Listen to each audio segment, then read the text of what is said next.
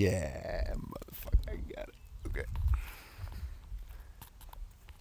Okay, so welcome to the podcast. This is gonna be a strange episode, as many episodes, I guess, seem strange to me. I think maybe in every episode, I probably start by saying it's gonna be a strange episode. Well, this one is me going for a walk. I have a big art show coming up, and I've been working on my paintings all morning. Oh my God. A hawk just came close to me. I have to get closer to the hawk. Is this hawk gonna beat the shit out of me if I get too close? Oh my God.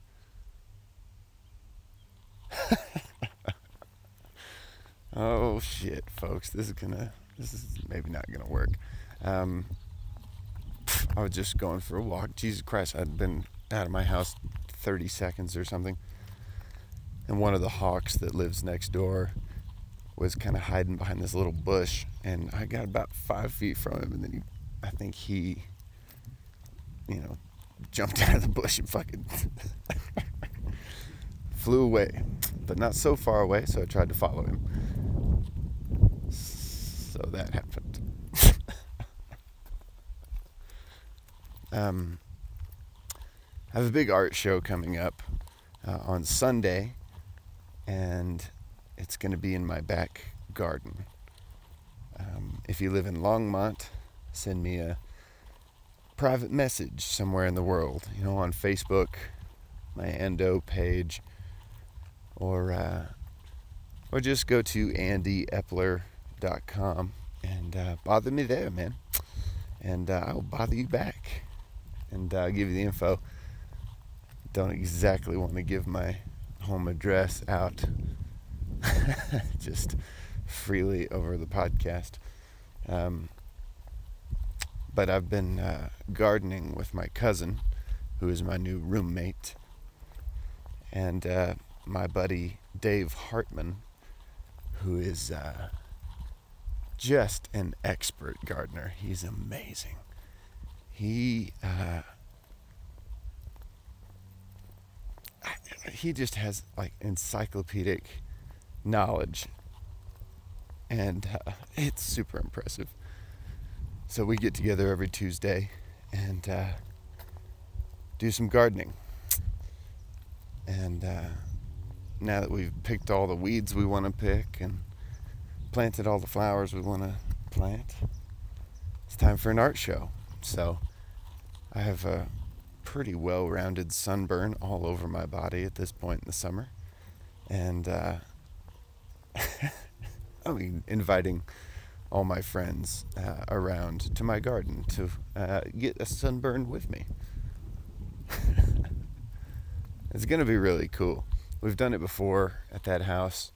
I'm doing I've got like microphone stands, obviously, in my world, and I have a large collection. And I found out years ago that they're great for holding paintings as well. And so I'm gonna have these microphone stands in some of my larger bushes, just kind of poking out the top, so it looks like when the painting is hanging from the mic stand, it looks like it's just kind of floating in the bush. It's just a very crazy effect, to me anyway. And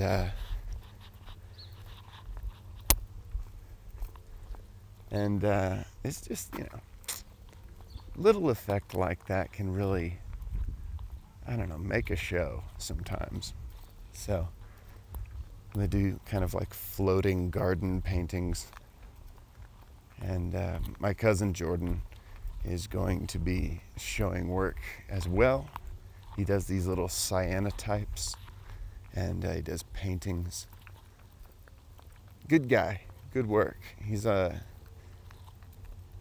living in that second bedroom now, and making tacos very often in the kitchen, which is always a delightful thing for a roommate to do.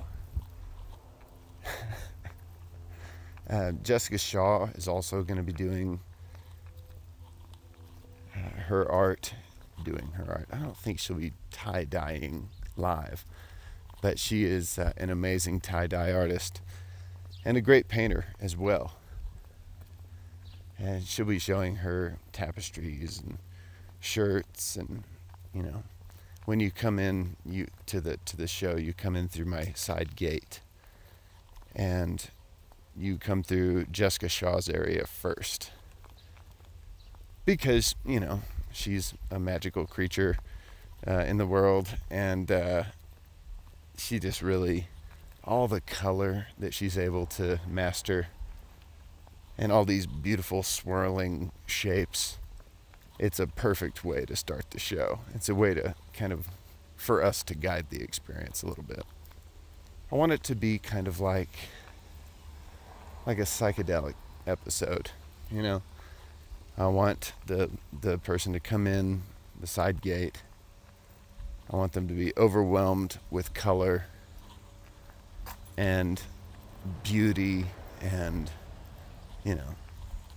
all the things that giant tie-dye tapestries offer. It's like a tunnel of tie-dye.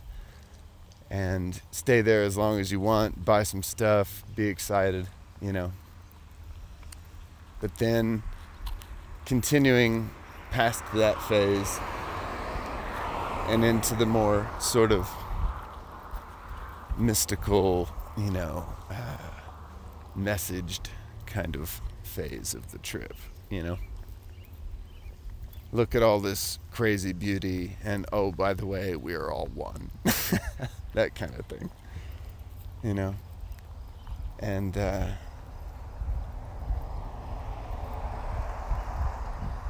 I think that's a fun concept for the show.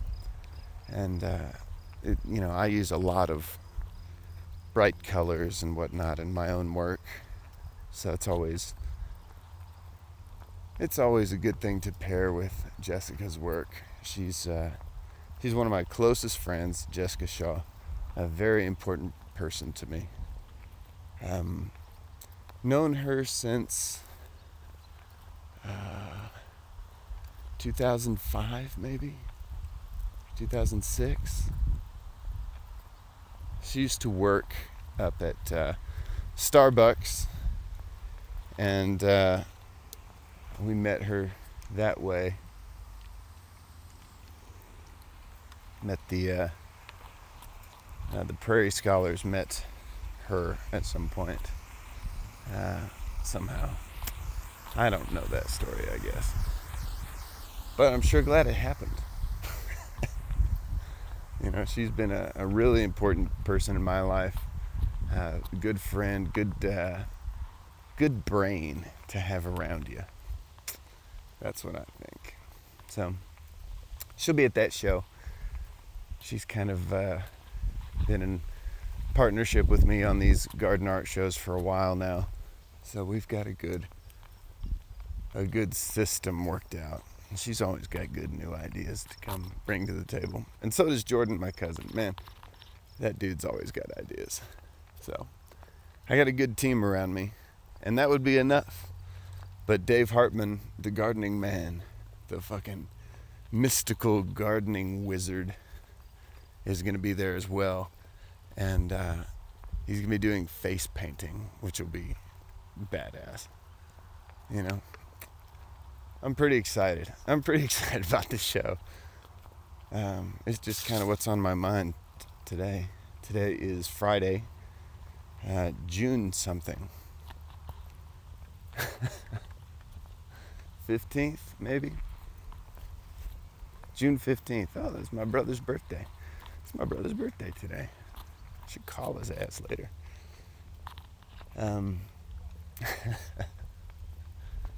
And the show is on the 17th. And so, I'm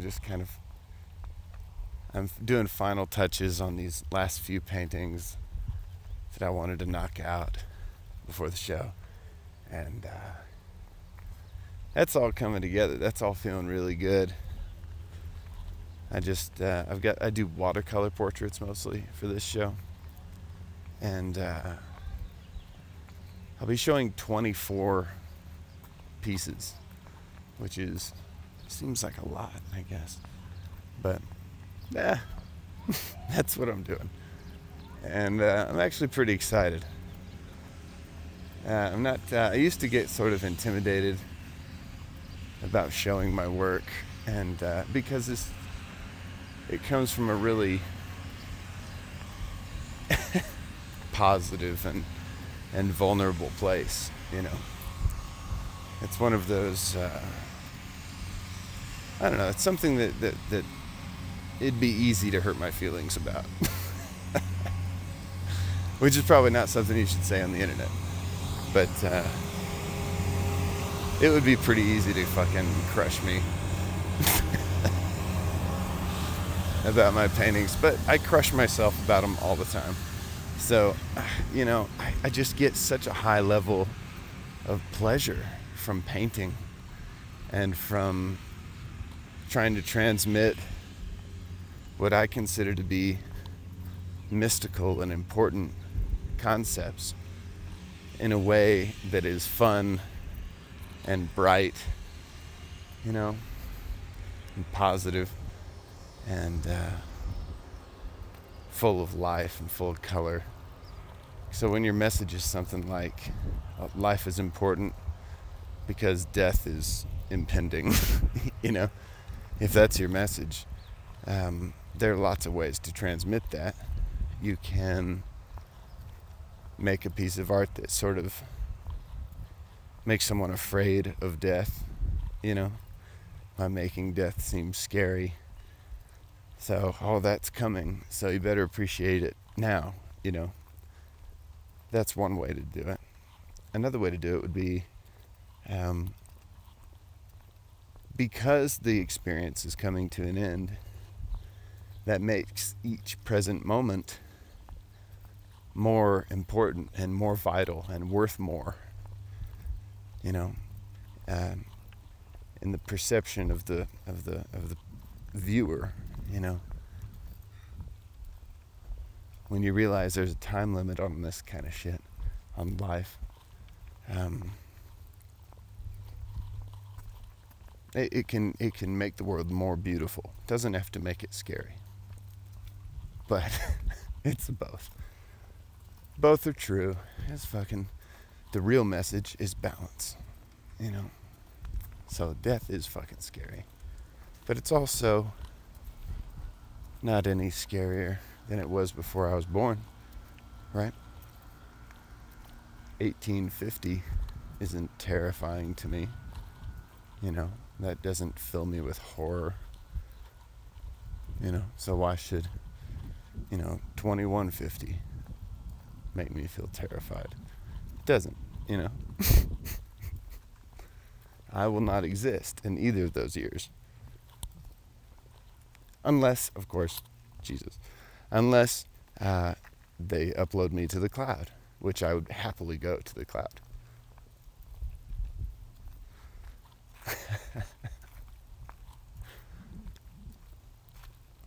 So, art show is very exciting. It makes me think about all kinds of artsy shit. I decided to go for a walk to the grocery store because I need to get out of the office for a minute, before I think I've finished painting the portraits. I think I'm done with all of them, which is good because the show's in fucking 2 days.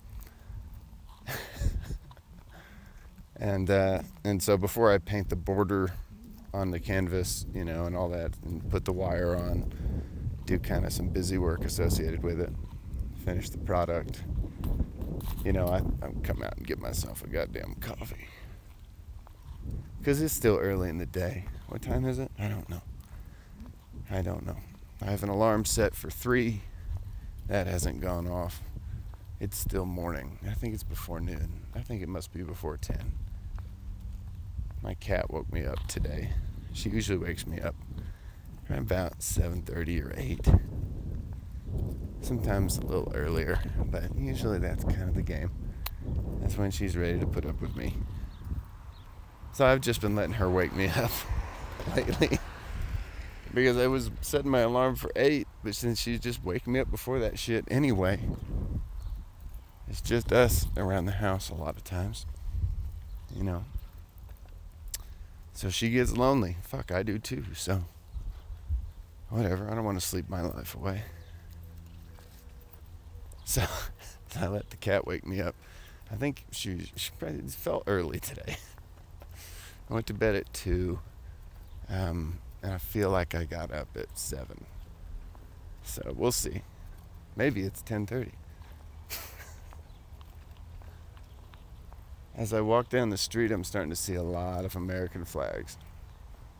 Seems like as I look around the neighborhoods here, you know, I can see 4 American flags.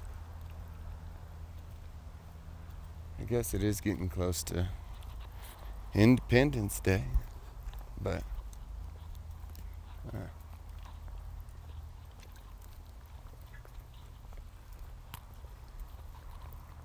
I believe in patriotism, but in a really specific way. You know, I really don't agree with blind patriotism. I don't like the idea of not being a citizen of the world, you know. And I think that is more important in a lot of ways, more important than nationality. Yeah, there's fucking American flags everywhere. That's fine. You know? Some of the shit that really bugs me about patriotism is motherfuckers being like, oh, don't you support the troops and that kind of shit. It's like, why is that an automatic thing? You know? Yeah, I want everybody to live and have a good life. If that's what you mean by support the troops, yeah, I do that. But if you mean, don't you agree with the policy of the president so-and-so? I don't know, fuck all that, you know. I haven't agreed with where we've sent troops in a long, long time. You know, and like I'm no expert, of course, but blind patriotism just puts an itch in my balls. Hell, I don't mean to go off on that tangent. Jesus Christ, when I'm all by myself, I can go off on anything. Last time I did a podcast by myself, I think I did it from a bubble bath. So that's not something I'm trying to replicate for you. Although I did have people say they love that bubble bath episode, which I appreciate. Thank you very much for listening to this show. I walk to the grocery store just about every goddamn day. It's somehow it's sort of therapeutic. You know, the grocery store is such a psychedelic place. You know what I'm saying? It's they're not going to be goddamn grocery stores in a couple of years. You know? People aren't going to go to the grocery store and buy, you know, jugs of milk or what the fuck ever. That's not going to happen. A drone will drop off something for you. You know, or you'll 3D print whatever it is at your house. That's not that far away. I think by the time I'm in my 50s and 60s, I believe I won't be going to the grocery store. And I believe that I'll be fighting for the rights of what we would now call artificially intelligent people. You know, I think that's real. So I love going to the grocery store, you know, canned food, you know, and boxes of blah blah, you know, cans and boxes of blah blah everywhere. It's really amazing. I get off on it so much. I go up to the grocery store. Everybody seems to kind of know me at this point. They don't mind that I get wicked blazed before I come down. That seems like they get it. And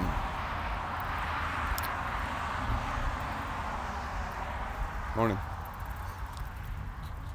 It just seems special to me, the grocery store. You know? Little cans of beans and fucking, well, oh look, a crisp sandwich. You know what I'm saying? It's fucked up. It's really amazing, and it's not going to be here forever.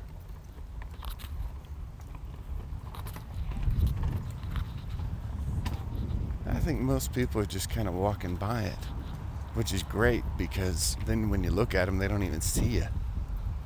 You know? I think people are just kind of going to the store and zoning out, but the store is such a special place.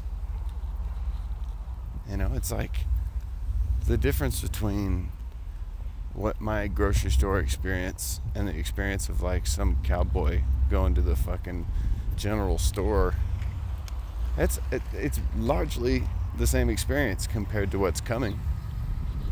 You know, living halfway, you know, in virtual reality, you know, augmented reality.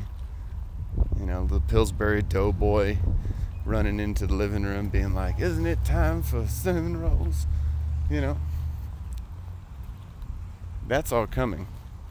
Chester the cheetah zipping through the kitchen being like, it's time for a snack. And you have to like pay to make him stay out of your house and shit like that. You know, that's all coming. But right now, I get to go to the grocery store. Chester the cheetah stays right on that bag and can't tell me what to do.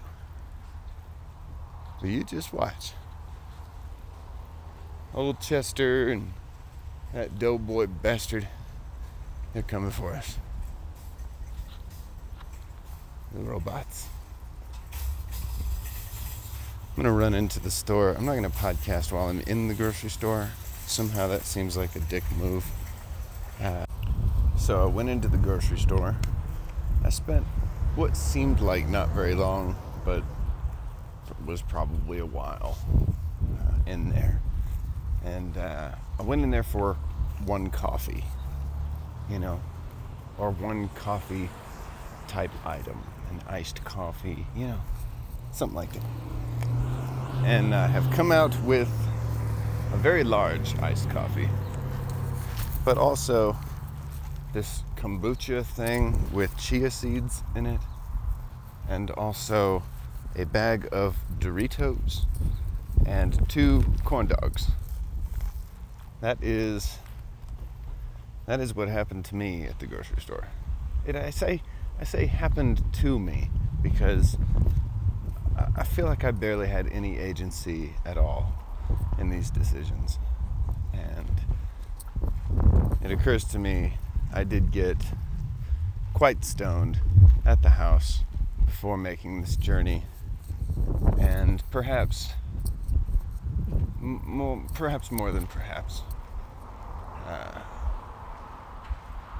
that has affected my experience at the grocery store. But it's good to get stoned before I go to the store for several reasons. Let me enumerate them for you. Number one, the number one reason to get stoned before you go to the grocery store is you forget. You lose short-term memory, you know. So you forget where things are in the store, if they moved them, or if you just saw something a minute ago, there's no clue where that could be. You know, there's the thing where you lose your car keys. That's how the grocery store is, but everything is your car keys. Yeah, I just love kind of feeling confused and sort of a little out of it and not sure where the chips would be, and I look for the sign, and I know they don't move the products as often as it seems like they do, but it's just such a joy to have to look for the chip aisle again. You know, is it on that? It's on that side, you know. I love that kind of shit. And I went in there to reward myself. That's another good thing about smoking up the weed before you go to the grocery store. You reward yourself a little bit. for some hard work done. I'm gonna eat some corn dogs right now. I'm a corn dog murderer, son. I killed those motherfuckers. Oh, and I just am not sorry at all. I've been trying to eat healthier lately, but god damn it, corn dog, when the elder gods created corn dogs, they made them for hot summer days like today. So that's another good thing about toking up before you go to the store. You realize that the corn dogs were invented by the elder gods for pleasure. You know? Crispy corn dog with some fucking mustard on there, dude, and like a nice kombucha. That turns out to be a real good combination.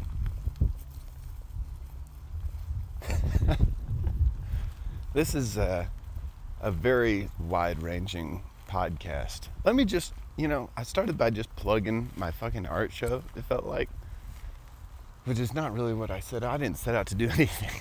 I just started recording today. So, since I started out with a plug, let me just follow up, tell you more what the fuck I'm up to. I doing the art show on Sunday. That's exciting. But I'm also playing a bunch of shows. Doing mostly solo shows now. I recently got a divorce, and kind of like living separately from my partner and the Prairie Scholars for...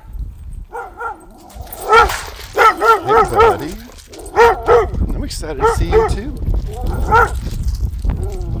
It's a big scary dog, and that's terrifying. It's all good.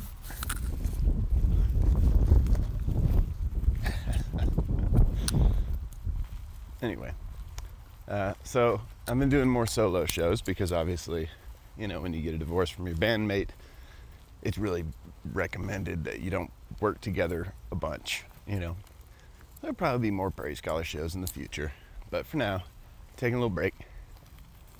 I know Jess and I are still buddies, still friends. We still do favors for each other, and we're bros.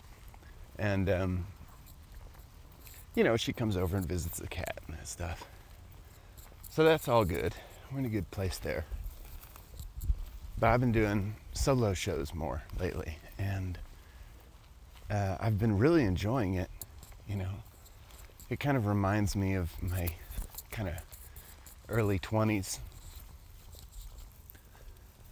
where it feels like my early 20s have time warped into my early 30s here. When I was in my early 20s, it was just me driving around, playing gigs, going on tours. It was a fucking good time, I gotta say. And, well, for the most part, it was also really hard work. But I love hard work. And, boy, the difference, I guess, one of the main differences for me, my pleasure of touring has changed because now there's GPS. I didn't have access to that when I was touring originally, but now, goddamn, the device I'm recording this podcast on gets me to all my gigs. It's the shit. You guys know about phones. So I'm experiencing this whole new level of joy, remembering things about playing gigs I just love. And, since I'm sort of starting over in a lot of ways, I've decided to start playing some select cover tunes in my shows, at least while I sort of get my shit together here. And I'm fucking enjoying it, man. The 21-year-old version of me would have really hated me playing cover songs. And I gotta say, that's part of what gives me so much joy about it. I just love that guy would get an itchy butthole about it. And I understand why. He's trying to promote his brand, not trying to, he felt really strongly about it. And I was just kind of like letting myself grow and change and contradict myself, and it's been a beautiful process. So I'm playing some songs that are kind of niche tunes anyway, but songs from like Carrie Sweeney from Lubbock, Texas, or Butch Hancock, or Dave Bazan, or Roger Allen Wade. Those are mostly the guys I pull from for cover songs. I just think the guys I just named are some of the best songwriters I know about. Some of the best, especially Butch Hancock. I love that guy. He's an inspiration to me.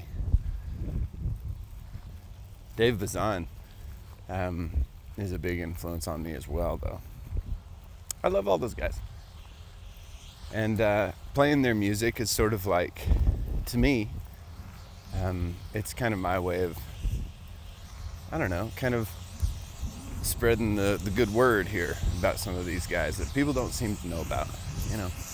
Roger Allen Wade is one of the great songwriters of our time. I believe that. He is, Bob Dylan's one of the greatest ever songwriters and one of my favorites, duh. But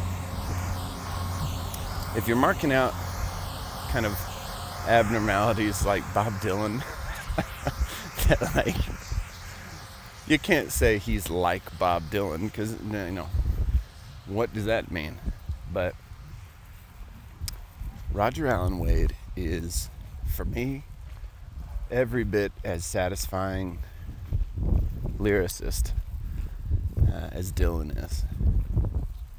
And maybe that's a controversial statement. I don't think it is. This guy is one of the great lyricists. And I recommend him. Roger Allen Wade. Good shit.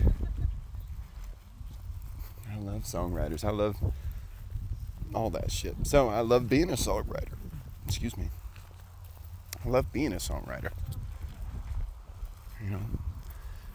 But playing cover songs has been a really interesting evolution for me. I want to see how people react when I play different kinds of songs, so I can kind of see what about my performances,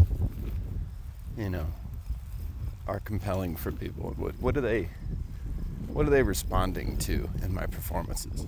What kinds of songs, Because I feel like I can write anything.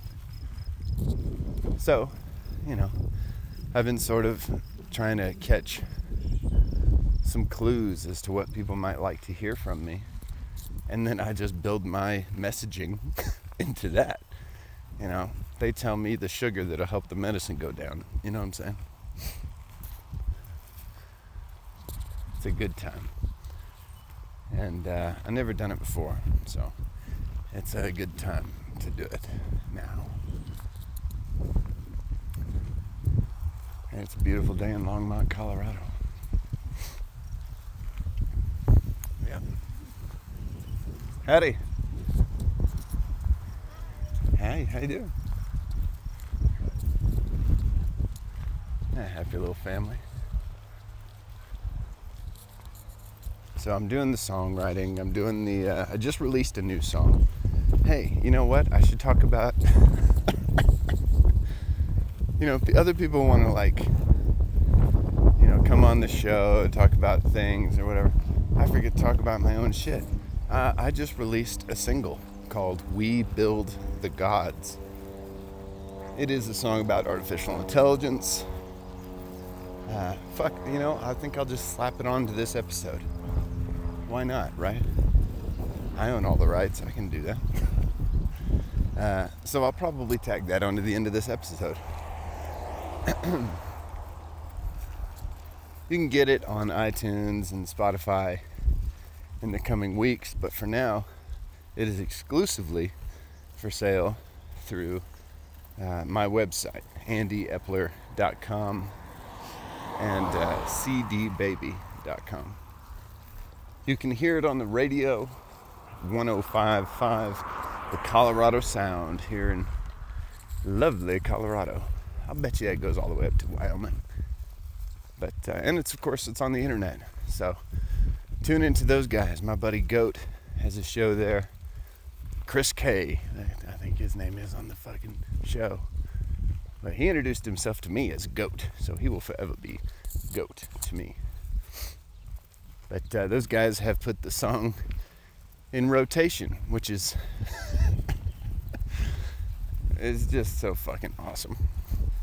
It's awesome to be able to put out a song here in Colorado, and send it to the dudes a week in advance just to giggle, be like, because I wasn't necessarily trying to get on the radio when I sent it to my friends over there. I was just showing them, hey, look at this, haha, you know, look at this fucking silly song that I made about the robots, you know. But I guess it got a good enough laugh or whatever to where they put it in rotation. So I just think that's real positive.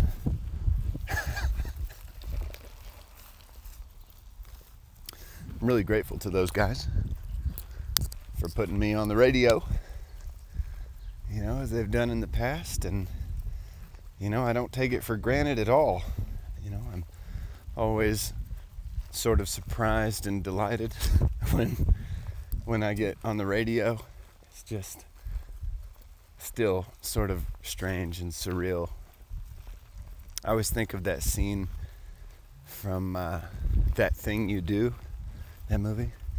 You doing that thing, remember that one? It's got Tom Hanks and, you know, young dudes that are in the like 50s or whatever, and they get in the music biz and they hear their tune on the radio. That Thing You Do comes on the fucking radio, and you know, they fucking pull the car over in the middle of the street and they run into the, you know, little, what is it, appliance store that the drummer works at, and they're freaking the fuck out and they turn it on every radio. And that is totally how it feels to be on the radio. You know, it's like, holy fuck, so, you know, somebody's listening to this thing I made in my little, at this point I'm recording in my bedroom, you know, and my big bass guitar and amps and this stuff, it's a mess. And fucking I feel that scene. I want to fucking pull that up, watch that again. I'll bet that's on YouTube. I'm gonna watch that scene again today. But yeah, so that's on the radio, and that's out in the world. What else am I up to that I feel like talking about? I filmed a film last year with my buddy Peter Garland over at Brave Night Media. He's a great filmmaker. He's a great cinematographer. He and I partnered up kind of in fall of last year and made a short film.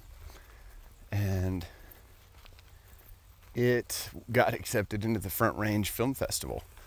And so I got to attend a film festival with my good buddy Peter. And I had a badge that said film director, you know, or I think it said filmmaker. But I was there as a goddamn director of a fucking little movie. That's so crazy to me. I don't take it for granted at all. If you'd like to see the movie, you can only see it on Patreon, either at Peter's page, Brave Night Media, or my page, Ando the Artist. That page is, it's really fucking fun to do. I just upload behind the scenes things about my world and paintings in progress and a fucking short film. Can't see it anywhere else, but we are going to put together a public screening of the movie. I think kind of in the next month, you know. And that should be really exciting, you know. I'm really looking forward to showing everybody the movie, and please do stay tuned for that. Do me a favor, would you? Would you go to nbsp.com and sign up for the email list? Because I would just so love to let you know what I'm up to every once in a while. I send out an email once a month, you know. It's got all the information, and boy, I would just love to be able to keep you advised here. Anyway, that's all I feel like talking about today. Thanks for going for a walk with me. Wasn't this an interesting experience? Should we do this again? I don't know. Shoot me a message. Shoot me an email. Andy@andyepler.com or andotheartist@gmail.com. Reach out and, let's be friends. Fun.